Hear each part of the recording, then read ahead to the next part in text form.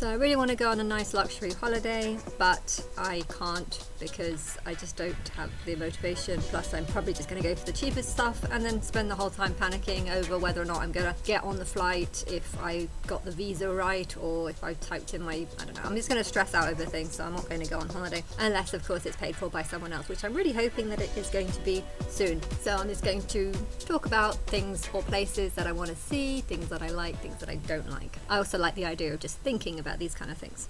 What's going on, everybody? This is Island Hopper TV, and today we're going to present to you the top 50 places on planet Earth for you to add to your bucket list. Just a reminder, there will be timestamps below so you can click around from destination to destination.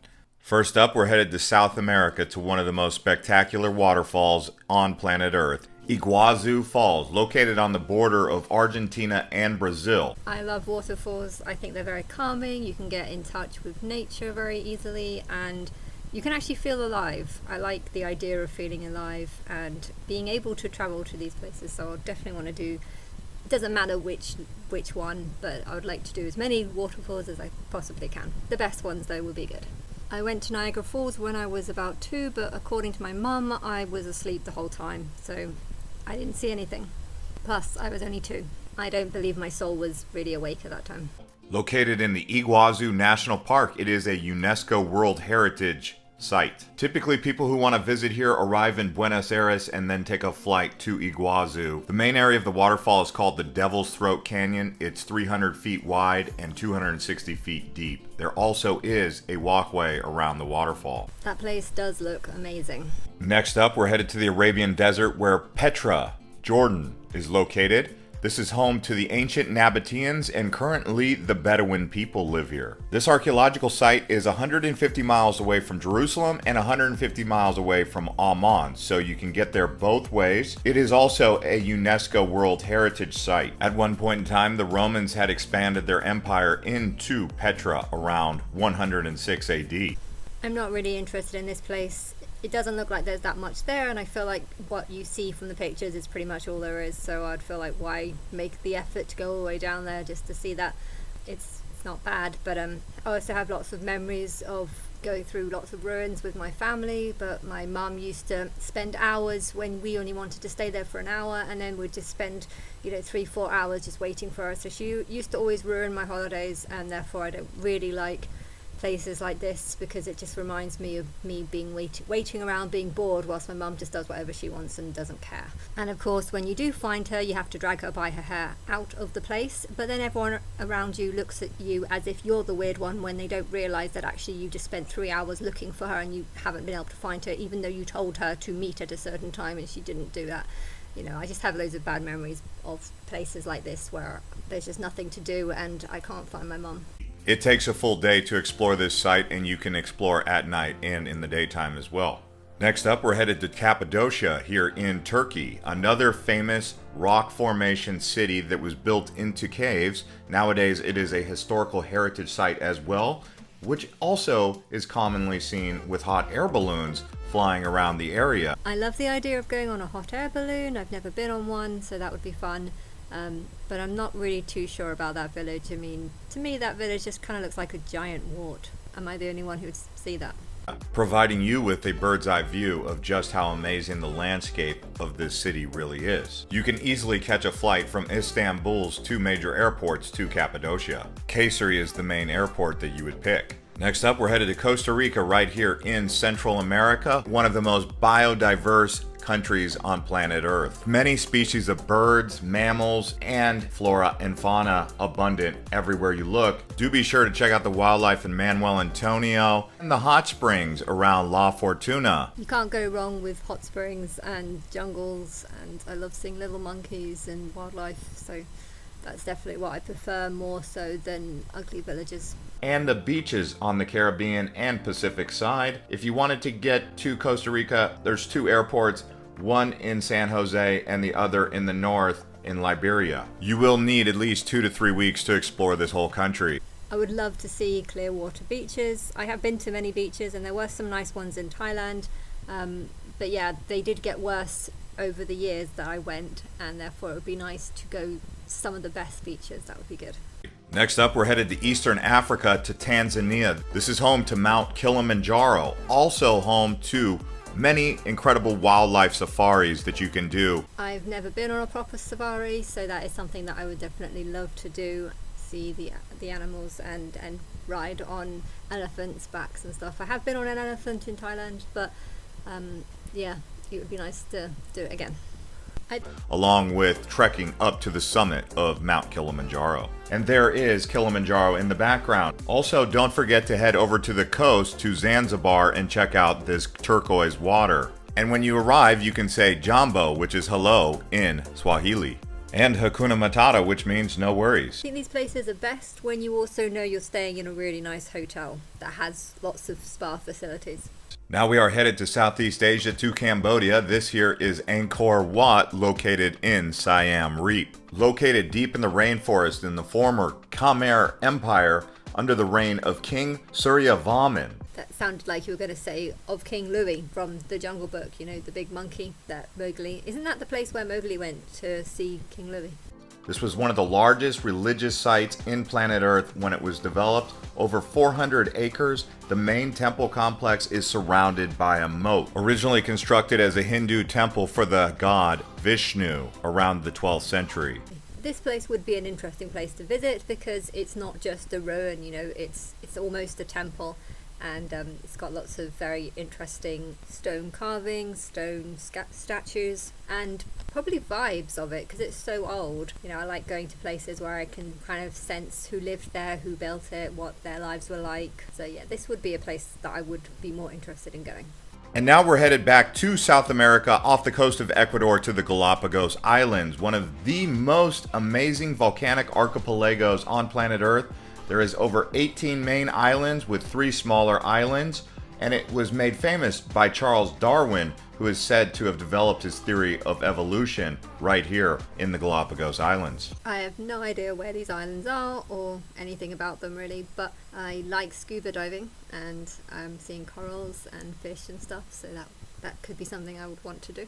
There are many unique species of plants and animals like the giant tortoise, marine iguana, the blue-footed boobies, penguins, and much more. Next up, we're headed back to Southeast Asia to the gem of Indonesia, Bali. Known for its many temples, volcanic mountains like Agung, rice terraces, beautiful beaches, friendly people, and incredibly rich culture. With many different beaches, some of the popular towns to stay are going to be Kuta, Legion, Seminyak, Uluwatu. And the airport that you'll arrive in is located in the capital of the island called Denpasar. While here, prepare to eat lots of seafood, mee goreng, and nasi goreng, which basically translates to fried rice. Next up, we're headed to the west coast of Italy to the Cinque Terre, which basically translates to the 5 towns. Those 5 towns are Vernazza, Cornelia, Manarola, Rio Maggiore, and Monterosa al Mare. I'm starting to think, what am I getting at this video? I don't know, because that was just a list of blah blah blah blah blah blah. Do you want to go to blah blah blah blah? I don't know. This, you need to show pictures of these different places, but yeah. Anyway, I think it all depends on the hotel. You know, if you go to somewhere and you stay in a shitty hotel, the place can seem shitty, and if you go and stay in a nice hotel, then it doesn't really matter whereabouts in the world you are, so long as it's hot and there's nice hotel and a spa, of course. I think a hotel with a jacuzzi is far more important than a hotel with tourist attractions around. And I don't actually like seafood, so fish fingers is fine, or fish. I like fish, but not shelled fish and crabs or prawns. While here, do indulge in some of the local seafood, along with the local cuisine, including pesto and wine. As you will see, there are many grapes growing on the sides of the hills. You can walk around the villages and see the amazing colorful houses and views that they offer here, as well as do some hiking and swimming. Now we're headed to the Indian Ocean. Right in the middle is the small island nation of the Maldives, which consists of over 1,000 coral islands and 26 atolls. The capital is Mali, which is considered one of the most densely populated capitals on Earth. While here, you'll experience stunning beaches and crystal clear waters full of marine life. And I can sunbathe, yay! Yeah, that place looks great.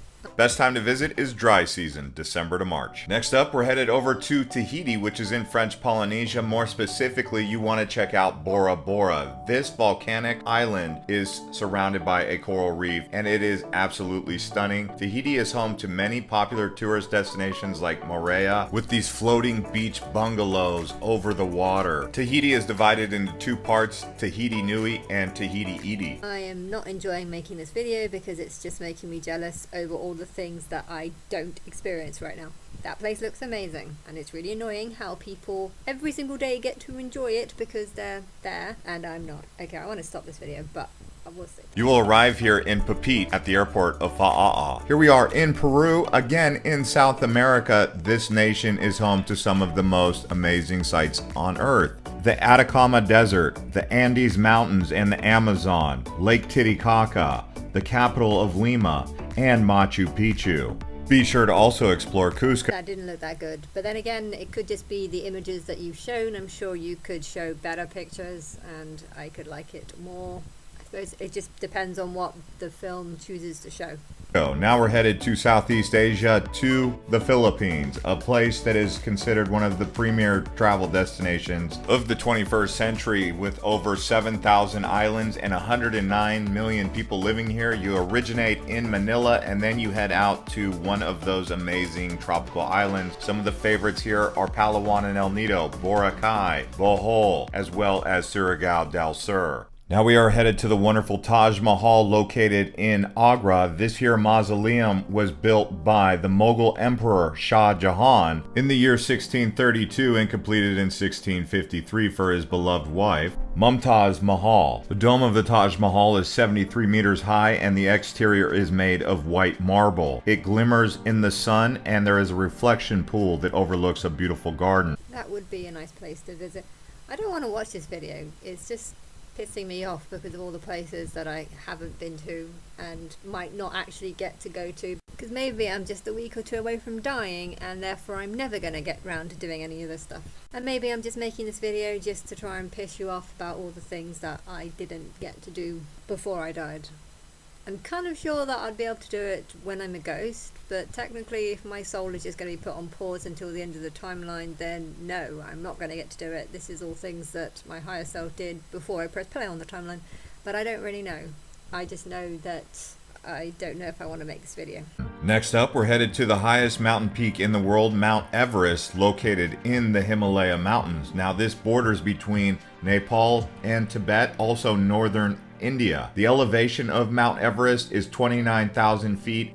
I'm not a fan on cold places, and I don't like going somewhere that's just going to be kind of dangerous and somewhere where there's no sort of spa facility. If you put a luxury spa up there, maybe I'd be tempted to climb, but unless there's that up there, then I don't see the point. Next up, we're headed back to Italy. This time we're on the Adriatic side over in Venice. Built on a group of small islands separated by canals, it is famous for gondola rides, also because it was a historical trading and commerce area during the Middle Ages and the Renaissance. Nowadays, you can visit the Piazza San Marco, St. Mark's Basilica, the Grand Canal area, and really just take in all of the history. It does get crowded though. I've been to Venice about 5 times, so I'm not really putting that high on my agenda. And they now require a reservation to visit. Now we're on our way to the Canadian Rockies, to Banff. Now there is a town here and also several different lakes. It's surrounded by spectacular mountains, glaciers, lakes, forests. People come up here for skiing, snowboarding, mountain biking, you name it. Very popular place. Also there is the Banff Hot Springs and the popular lakes known as Peyto Lake and Lake Louise. We're staying in Canada and we're going to the east. This time we're going to Niagara Falls, located along the Niagara River. It actually borders between the United States and Canada and consists of 3 separate waterfalls. I would like to go to Canada, yes, but only in the summer because I hate cold weather. Alright, I'm going to stop this video because technically I'd like to go anywhere that's just got a spa, basically. I'll even go to Butlins, providing it's got that spa, which it does.